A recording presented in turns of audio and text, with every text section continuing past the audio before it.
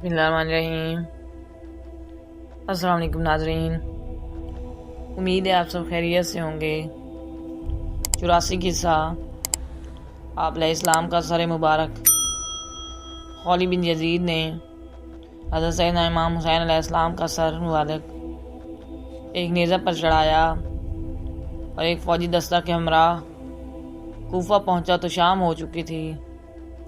شام ہو جانے کی وجہ سے اسے گورنر ہاؤس میں داخل ہونے کی اجازت نہ ملی۔ اس نے اپنے ساتھیوں کو اجازت دے دی کہ وہ اپنے گھروں کو چلے جائیں اور خود بھی حضرت سیدنا امام حسین علیہ السلام کا سر مبارک لے کر وہ اپنے گھر چلا گیا۔ اس کی بیوی نے اسے برا بھلا کہا کیونکہ وہ اہل بیت سے سچی محبت رکھتی تھی۔ اس نے خولی بن یزید سے علیحدگی کا مطالبہ کیا۔ خولی بن یزید نے اسے ابن زیاد سے حاصل ہونے والے انعام و کرام کا لالچ دیا، لیکن اس نے کسی قسم کا تعاون کرنے سے انکار کر دیا۔ رات بھر وہ حضرت سیدنا امام حسین علیہ السلام کے غم میں آنسو بہاتی رہی اور طلوع سحر کے وقت گھر سے نکل گئی اور پھر کبھی لوٹ کر نہ آئی۔ اگلے روز حضرت سیدنا امام حسین علیہ السلام کا سر مبارک کوفہ کے گورنر ابن زیاد کے دربار میں پیش کیا گیا۔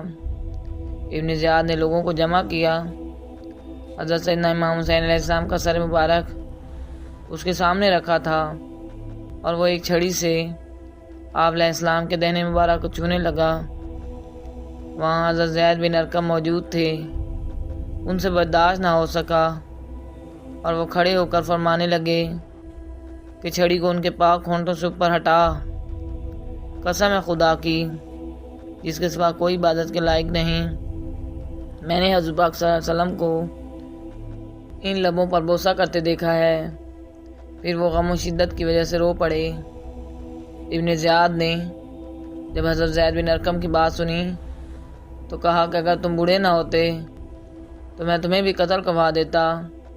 حضرت زید بن ارقم نے فرمایا کہ اے بدبخت، تو نے تو حضور پاک صلی اللہ علیہ وسلم کے جگر گوشہ کا خیال نہ کیا، تو ان کے مقابلے میں میری کیا حیثیت ہے؟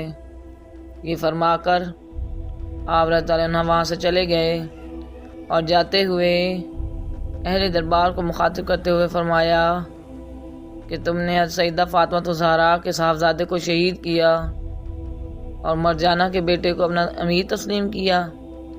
یہ تمہارے اچھوں کو قتل کر دے گا اور بروں کو زندہ چھوڑ دے گا۔ اگلا قصہ سیدنا امام زین العابدین اور ابن زیاد کا مکالمہ۔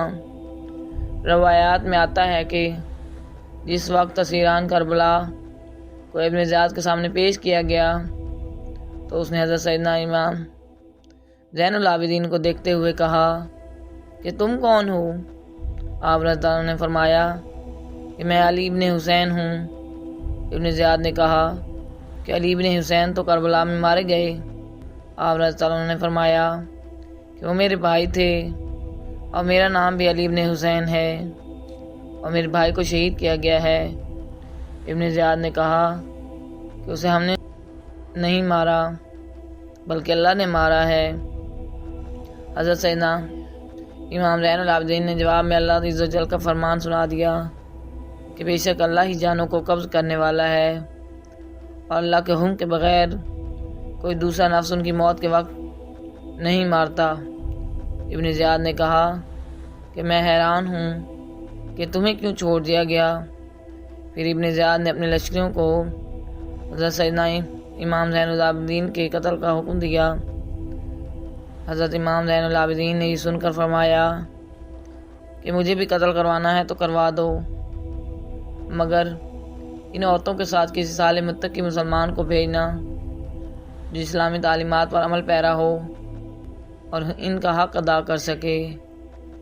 ابن زیاد نے جب آپ رضی اللہ عنہ کی بات سنی تو اپنا حکم واپس لے لیا اور کہنے لگا ان عورتوں کے ساتھ یہی جائیں گے۔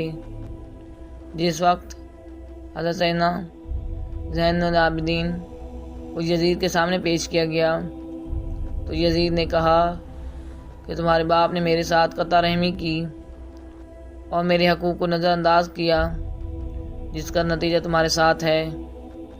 حضرت سیدنا زین العابدین رضی اللہ تعالیٰ عنہ نے قرآن مجید کی آیات کی تلاوت جواباً فرمائی کہ تم پر اور روئے زمین پر جو بھی بلا نازل ہوتی ہے وہ عالم کی پیدائش سے قبل لوح محفوظ میں لکھی ہوئی ہے۔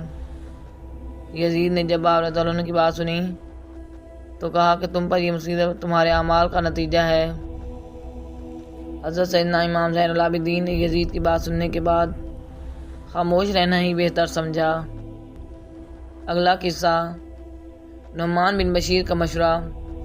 یزید نے اپنے رفقا سے اسیران کربلا کے بارے میں مشورہ کیا تو حضرت نعمان بن بشیر رضی اللہ عنہ نے یزید سے کہا کہ تم میرا مشورہ مانو تو ان کے ساتھ وہی سلوک کرو جو حضور پاک صلی اللہ علیہ وسلم نے کیا تھا۔ یزید نے حضرت نعمان بن بشیر کا مشورہ مان لیا کیونکہ وہ حالات کی نزاکت کو سمجھتا تھا کہ واقعہ کربلا کے بعد لوگ میرے مخالف ہو چکے ہیں اور اب مزید ایسے کوئی اقدام میری حکومت کے خاتمے کا باعث بن سکتے ہیں۔ یزید نے اہل بیت کی رہائی کا حکم دیتے ہوئے حضرت سیدنا امام زین العابدین کو بلایا اور اپنے پاس بٹھاتے ہوئے کہا کہ آپ کو کس چیز کی بھی ضرورت خواہش ہو میں پیش کرنے کے لیے تیار ہوں۔ حضرت سیدنا امام زین العابدین نے فرمایا کہ ہماری سالار اور غمگساری ہماری پھوپھی حضرت سیدہ زینب ہیں۔ حضرت سیدہ زینب کو بلایا گیا اور یزید نے ان سے کہا کہ آپ یہاں رہنا پسند کریں گی یا پھر مدینہ منورہ جانا چاہیں گی۔ پھر یزید نے ابن زیاد کو گالیاں دیتے ہوئے کہا کہ اگر حضرت سیدنا امام حسین علیہ السلام کا اور میرا آمنا سامنا ہوتا میں ان کو ہرگز شہید نہ کرتا۔